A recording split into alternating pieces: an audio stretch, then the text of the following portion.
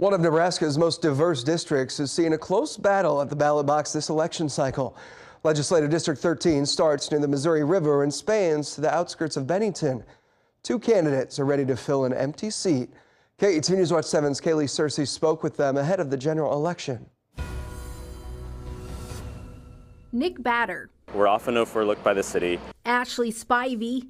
I really want to make sure that our voice is heard in Lincoln. Lifelong Nebraskans going head to head to put Legislative District 13 in the spotlight in a bipartisan race that Batter came out on top of during the primary. I'm the only candidate left statewide that hasn't taken national partisan money.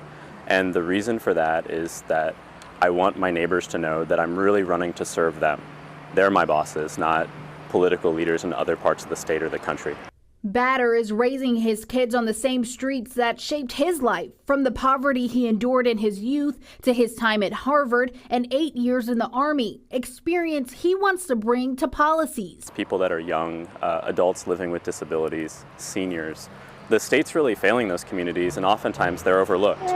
A big thing we could be doing for them is making sure that we're taking advantage of all the federal programs that are available in Nebraska. Batter works as an attorney, knowledge he says he uses to help his neighbors in the courtroom, drawing endorsements from local unions, teachers, and public safety officials who agree on his issues that he wants to fix. Who's getting that property tax relief? Here in this community, it's going to out-of-state slumlords. And so I'd like to see legislation that makes sure that property tax relief is going to the people that bring value to our community, who are the people that live here. His opponent is focused on a campaign for the people and supporting Nebraska's working families. That is who keeps society going. Labor unions are the backbone of the American workforce and our fabric here in Nebraska. They fight for fair wages, safe working conditions, and dignity on the job.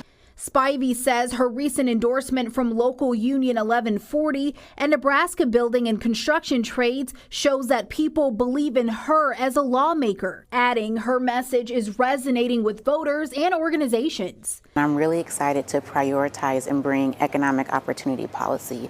So looking at how can we really invest in entrepreneurship and innovation, really put dollars into apprenticeship programs and getting folks in these high demand jobs like the trades that are going untouched. For Spivey, negotiating laws and policies has been her normal for 8 years as an advocate, using her nonprofit I Be Black Girl to reshape the landscape for Black women, femmes, and girls with the help of her roles as a mom, wife, and small business owner.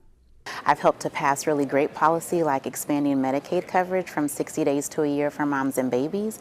Batter and Spivey eager for your vote and ready to make a change in Nebraska's legislature. Kaylee Searcy, KETV, Newswatch 7.